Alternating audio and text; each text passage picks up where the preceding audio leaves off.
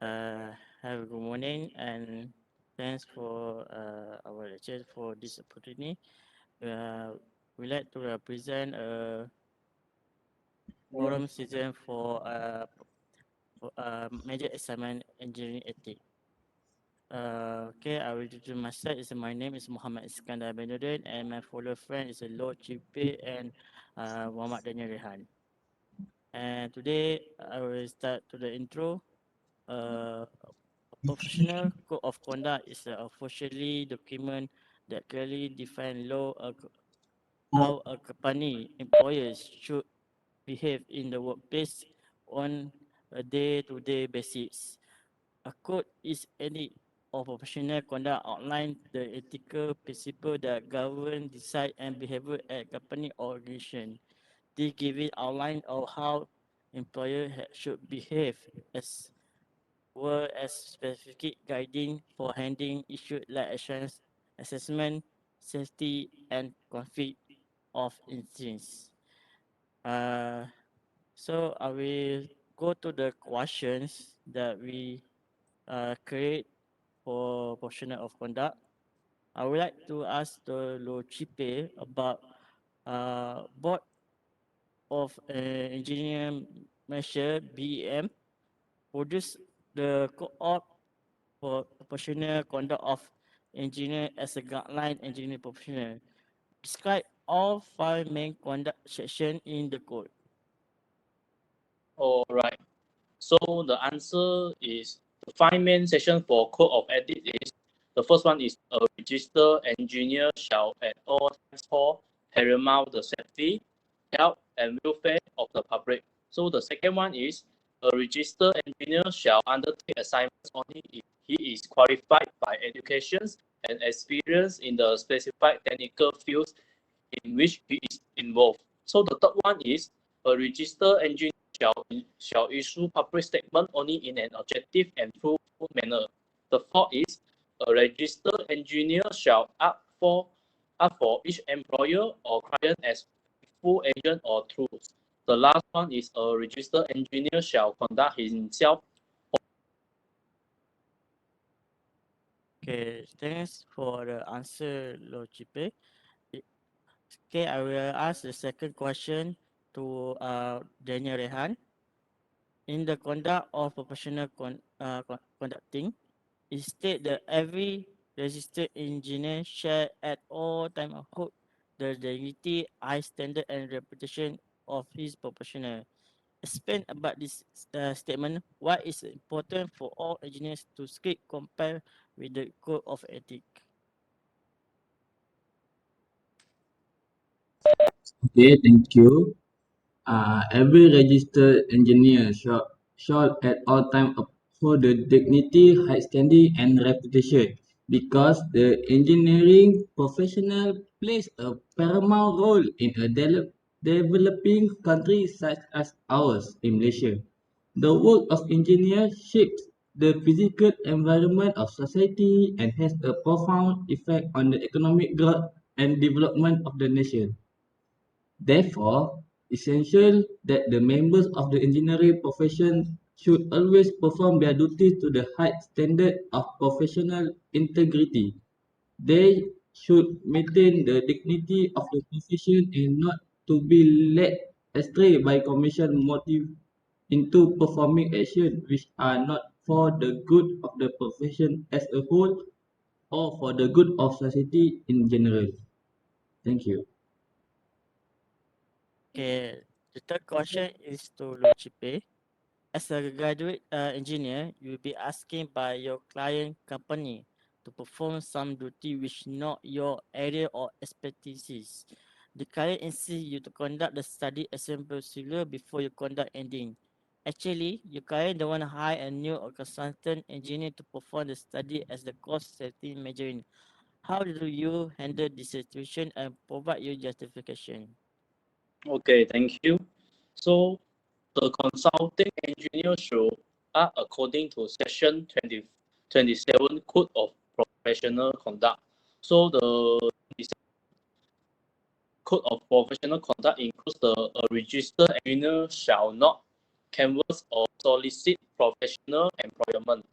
Other than that, offer to make by way of commission or any other payment for the introduction of his professional employment.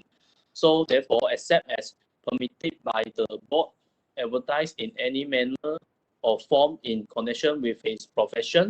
And the lastly is provide the professional engineering service to any person unless the scope of such service are clearly defined in a written agreement between both parties.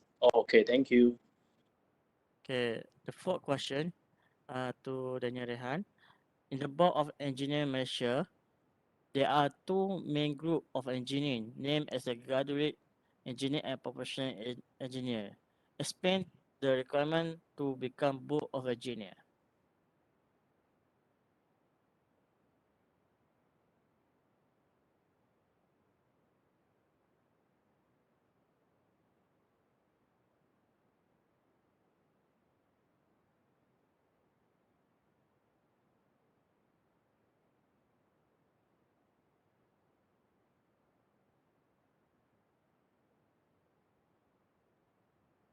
Okay, uh, Graduate engineer, those who have successfully complete an accredited engineering program.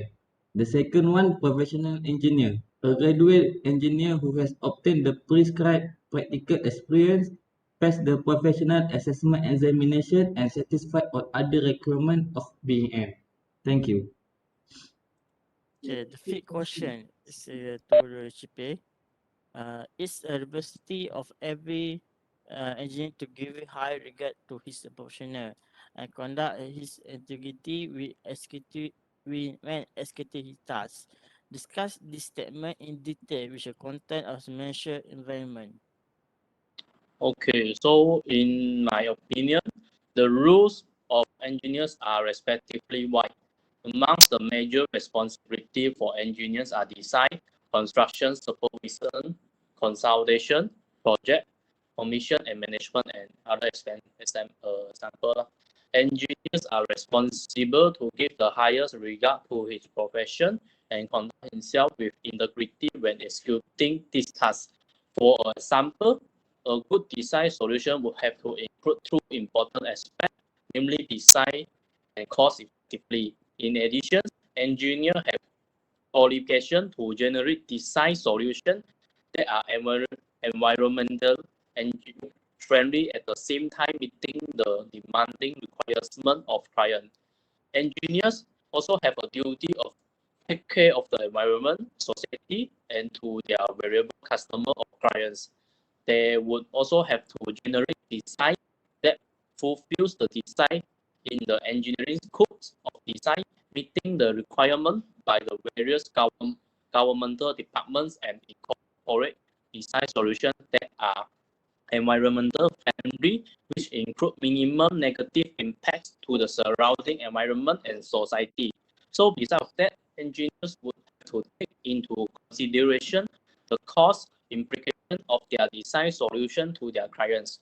This has caused great in engineers as they have to balance cost implication of the design solution with other factors such as quality, efficiency, and various socio-economic factors. Okay, that's all.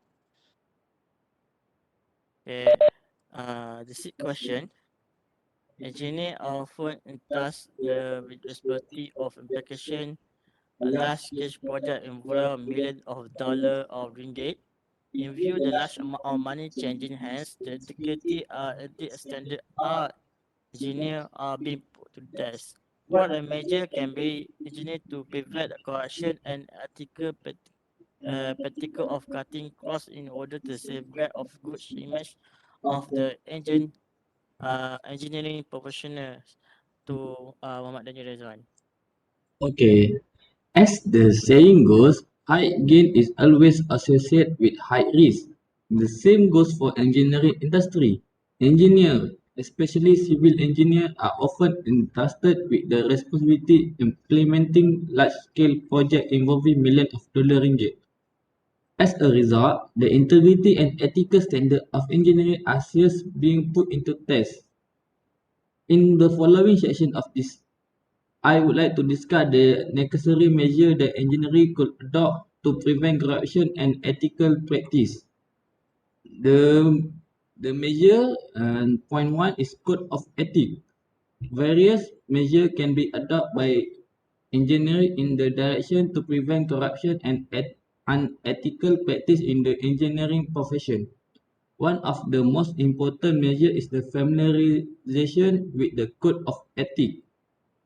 Engineers must get themselves familiar with the code of ethics that govern the duties and responsibility of engineering.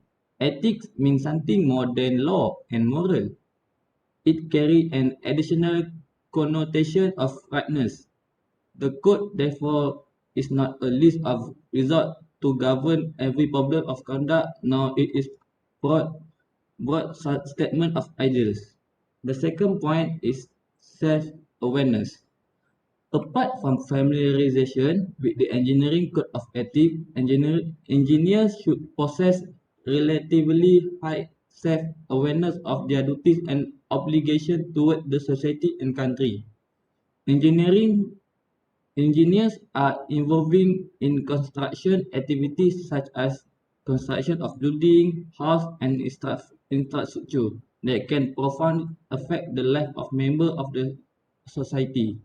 As a result, engineering tasks are significantly important and any mistake or negligence leading to collapse of the building due to unwise practice. The third one, checker.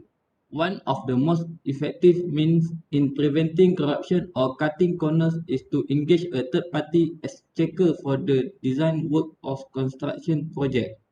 This third party called a checker could play the role as an inspector for all related construction work inclusive of design, construction supervision and commissioning of work. The fourth one, stiffer penalty. Apart from engaging a third party as checker for the project, another effective measure that has not been widely practiced in Malaysia is to impose stiffer penalty for those who committed wrongdoing such as unethical practice and corruption. The law in Malaysia have been too lenient to the developer, contractor and engineers. Stiffer penalty should be imposed to those who has been found guilty of adopting unethical practice. The last one, to organize awareness talk. Other effective measure in the direction to prevent corruption and unethical practice in the engineering profession are to organize awareness talk, seminar or workshop in a more frequent basis. This event will target those that are involved in the construction industry, including developers, contractors, engineers, in order to instill high awareness in all parties. That's all. Thank you. Wow, so long question about that question. Okay, I would like to the Lochipe about the question of 1 and 2 and 3 and 4. How to become a professional engineer? Okay, so in my opinion, to become a professional engineer, you need to demonstrate the competence and commitment. These are demonstrated by your academic qualifications, also your experience and training, and by an assessment, the professional interview, which may involve your writing essays and attending an interview. And also you can become a membership of a corporate of IEM. So by the way, to attend the IEM corporate membership, graduate engineers who have registered to the Board of Engineers Malaysia need to do few things. The first thing is submit the forms, and then the graduate engineers need to attend the three main courses, which are include safety, ethics, and management. And then the graduate engineers should submit the project report and then attend the oral examinations and lastly complete the written question below. That's all. Thank you. Okay, the eighth question is conflict of professional increase frequency arise in the working environment of engineer.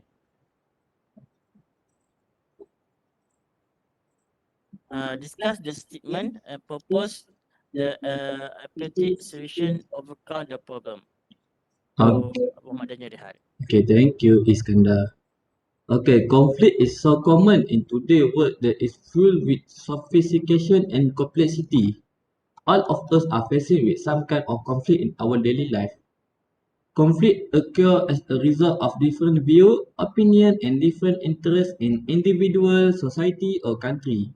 Everybody, individual, society, or country are looking into their opinion and interests respectively. They adopt a defensive view of their opinion and interests. As a result, conflict occurs when one disagrees with another opinion. As mentioned in the earlier section, conflict occur as a result of different opinions and interests in oneself from the of others. Engineering industry is a comparatively wide profession that involves various parties such as developers, contractors, and consultant engineers. These parties will have their own interests and are always there to be safeguard their interests respectively. As a result, conflict frequently arise in the working environment of the engineer. Developers are the client for the construction project. They are basically businessmen that invest in property development and their main objective is to obtain profitability. As for contractors, they are also cost conscious, but their main interest is to complete the project fast with the allocated time frame in order for them to claim construction fees in soonest possible time. Various effective measures can be adopted in the direction to reduce conflict between the developer, contractors, and consultant engineering. One of the most effective measures towards reducing conflict is to cultivate mutual respect between each other. All the three parties will have a relatively high awareness in themselves of the other party's responsibility and interests. Developers, contractors, and consultant engineering will have to meet each other in a more frequent basis to discuss as well as resolve construction issues in a speedy manner. However, conflict would occur if these issues were not being resolved in a speedy manner. As a result, all parties must meet in a more frequent basis to resolve necessary side problems without delay. The most important measure to minimize conflict is to put yourself into other people's shoes. One will have to possess high self-awareness and be able to understand the other party concerned to gain respect in the society. Developers, contractors, and consultant engineering must try to understand the responsibility and obligation of one another respectively in order to minimize unnecessary conflict from occurring. Thank you. The question is choosing cannot be asked by the generation. One of the professional conduct nor by the memories.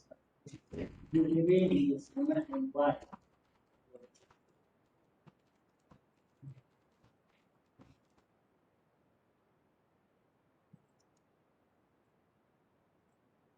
Professional cannot be touched by regulating the IM regulation on the professional conduct nor by memory a set of rules. Do you agree with the statement and why, Lo Chipe? Okay, yes, I'm agree with the statement. So let's begin by the definitions of professional. Professional person is one who engaged in an activity that requires a specialist and comprehensive education and is motivated by a strong desire to serve humanity. So the professional thinks and act in a manner that brings favor upon the individual and the entire professional. The professional, besides technically competent, shall have a positive attitude toward life that is continually reinforced by education and professional service.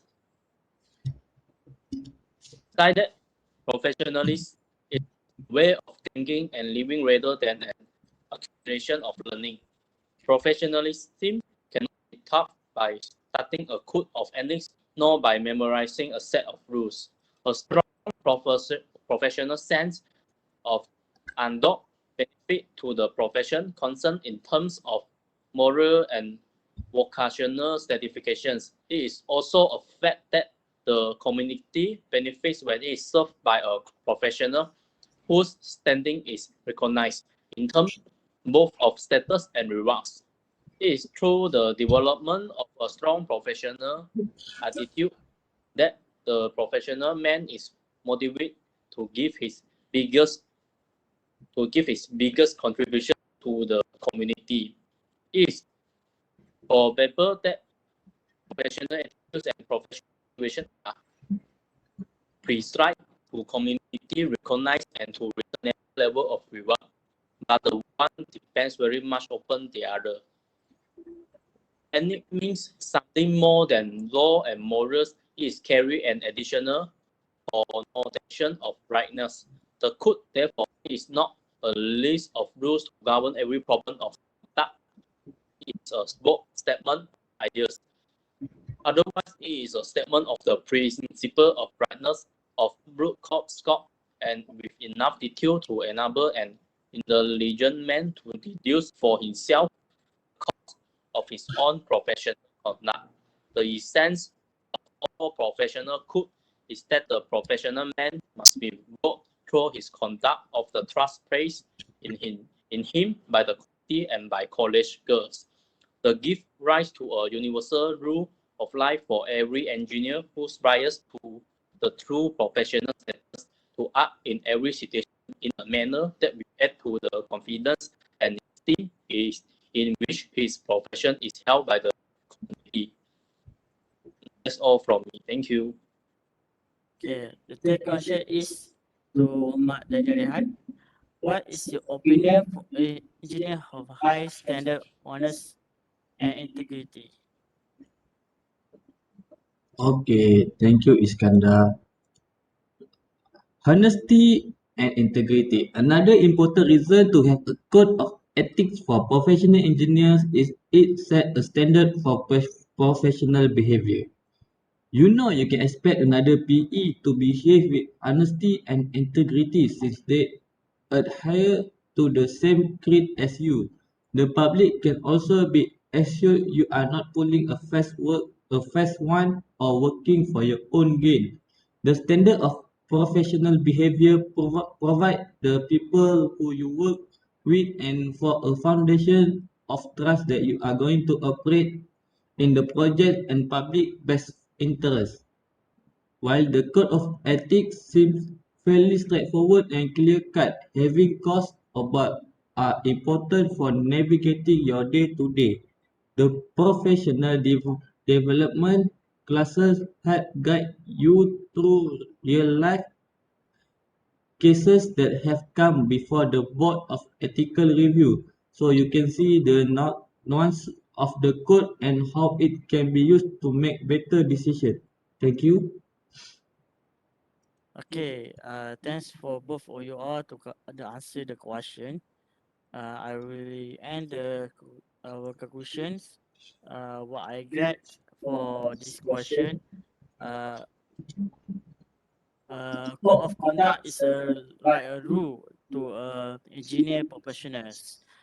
Like John Wick's movie, we are rules. We are like animals. We are professional conduct. Many corruption happen to the some organization and small company. That is for our citizens. Thank you. Okay, thank you.